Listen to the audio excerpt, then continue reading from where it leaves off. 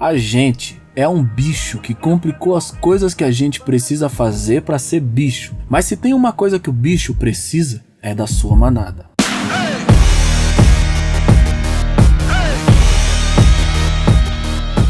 Às vezes você também esquece que você é um bicho.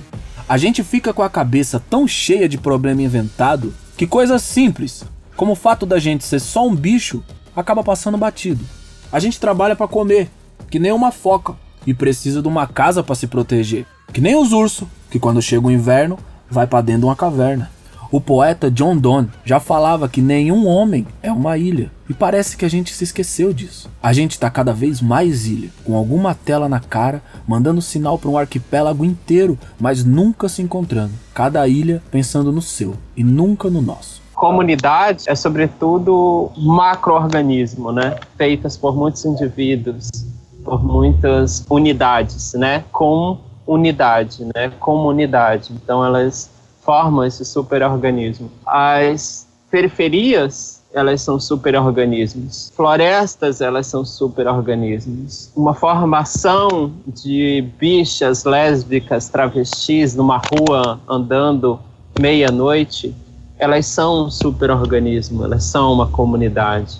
Quem não se aceita a si mesmo, com as suas fragilidades, com as suas dificuldades, com as suas contradições, com os seus conflitos, dificilmente vai aceitar que o outro também tem limites. A compaixão, muitas vezes, é vista como uma virtude religiosa. Ela não é uma virtude religiosa, é uma dimensão humana, que significa se colocar no lugar do outro sem ser o outro. Perceber o outro e sofrer com ele, e estar junto. E a gente está aqui hoje dentro de uma das comunidades no qual, junto com o coletivo, a gente coordena, que é a comunidade da Mauá. Aqui nós temos várias mulheres, mães solo, mulheres negras, pessoas nordestinas de vários lugares, que vêm para a cidade em busca de um objetivo e a gente acabou se encontrando, né, através da luta da moradia digna para a família de baixa renda. Então, a partir do momento que a gente entra nesses imóveis vazios, sem função social da propriedade, a gente dá vida para ele. Tira o que é lixo, o que é entulho e passa a dar a vida. E aqui dentro, o seu problema ele não é só seu, ele passa a ser nosso. Não vai ter coletivo forte sem indivíduo forte, né? Então é preciso que a gente fortaleça as pessoas desse território e aí fortalecendo uma pessoa pela própria vivência que ela já tem comunitária, coletiva, ela impacta na vida de outros, né? Então, quando a gente fala de desenvolvimento econômico, divisão de riqueza, de abrir empresas com esse perfil, das empresas não dialogarem com esses territórios somente na perspectiva de levar lucro, mas de perceber o favelado como sócio, a gente está falando disso. O hip hop, no geral, ele mudou a juventude preta periférica do Brasil. E a grande força mesmo, o grande estímulo foi a música, porque a música foi o que primeiro realmente explodiu, e assim, com características brasileiras, né? Com o MC rimando e falando de situações da própria quebrada. Trouxe um entendimento sobre cidadania. A importância da comunidade é ser o motor da batalha em si.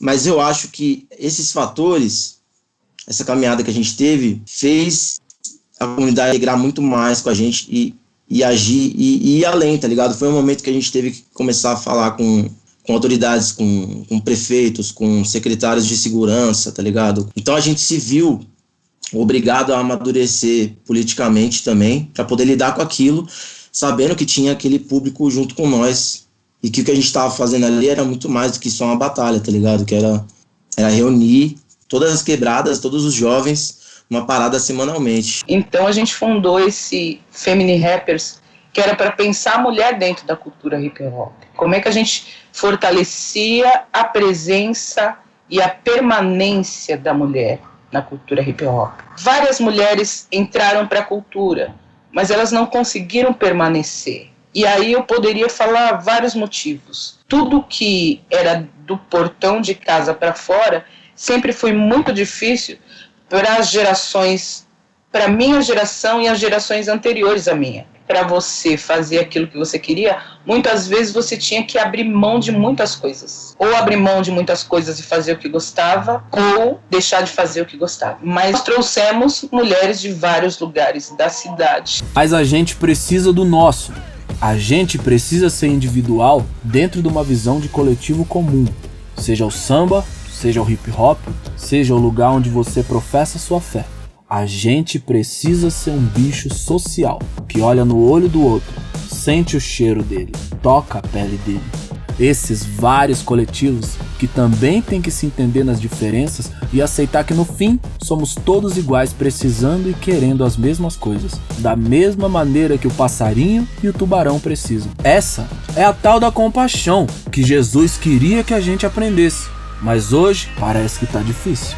Agora temos que cuidar do nosso coração, e é daqueles corações que batem do lado de fora do peito, juntos com dezenas de outros, lá na rua, cheio de gente, que a rua é nós. Para mim foi muito difícil a década de 80, como um negro na periferia, onde uma repressão nos determinava os lugares que nós podíamos caminhar e como podíamos caminhar. Eu começo a participar de alguns movimentos negros, de alguns debates onde aquilo começa a me resgatar a identidade, mas de uma forma a conta-gotas, eu entendendo a minha participação na sociedade, quem eu era para a sociedade, quem eu era para mim. Só que quando eu levo meus filhos lá na comunidade do Rosário, não é conta-gotas, já é uma paulada, é uma dose única. Quando os meus filhos começam a identificar nas canções que ser filho da África era coisa linda, os cabelos, as belezas, os papos, os toques nos atabaques, quando ele começa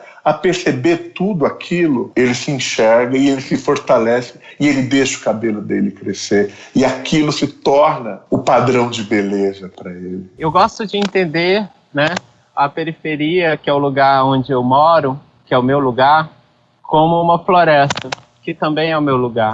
Eu habito nesses dois mundos. Dentro do solo de uma floresta, as raízes se conectam, raízes de muitas árvores se conectam e transmitem sinais, inclusive de proteção, de defesa, substâncias, para que elas se mantenham firmes, se mantenham vivas. Dentro das comunidades, a gente também troca tecnologias para estar viva. Talvez esse seja um dos aspectos que configura uma comunidade. Né? A ajuda mútua, e essa ajuda só ocorre porque essas comunidades, a periferia e a floresta, elas estão agregadas. Cuidar do corpo e da cabeça é até fácil, mas como a gente faz para cuidar do outro? Se liga nisso aqui, ó. Conheça a comunidade, conheça o movimento de moradia na luta por justiça. A gente costuma dizer, quem sabe mais, luta melhor. Então, quanto mais a gente souber, mais a nossa corrente vai ficando mais forte e difícil de se quebrar. Então, assim, tem que ter conhecimento.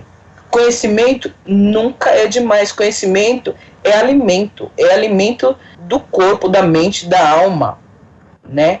O conhecimento faz a gente se manter vivo. Agora é se cuidar, é o mais urgente. Então, todo mundo usando sua máscara. Acho que a primeira coisa é essa. A segunda é que a gente agora está passando por um processo, eu acho, de reencontro, né, cara, com nós mesmos, assim, da importância do cuidar um do outro, da palavra essencial do quesito comunidade. Então, assim, não dá para achar que depois que passar esse processo, a gente vai ter que virar as costas novamente para o que até então as elites e a sociedade estavam indiferentes. Quem está hoje praticando violência com pensamentos e práticas fascistas, ela não se alimenta de coragem, ela se alimenta de violência. Quando eu digo que uma pessoa é forte, não é porque ela se alimenta de violência, pelo contrário, ela se alimenta de afeto, de compaixão, de solidariedade. Isso para mim é força, isso para mim é coragem. Então, acho que o princípio é sempre pensar a partir dos pequenos, entender o mundo a partir dos fracos, pensar na comunidade que eu estou, quem é que está excluído, quem é que está mais fraco do que eu, quem que precisa ser olhado, cuidado e protegido. Nunca aceitar a violência, nunca aceitar a injustiça, lutar sempre na defesa do mais fraco. Eu não vou ser feliz sozinho, eu não vou comer sozinho, eu preciso que os meus irmãos também sejam felizes. A felicidade tem que ser partilhada. O mundo tá diferente, todos nós vamos ter que inventar um novo normal e ninguém vai fazer isso sozinho. ouve lá no nosso podcast, tem muita coisa. Se você ainda não ouviu, ouve o Movimento 1, ouve o Movimento 2, tá pesadíssimo, embaçado, lindo de viver.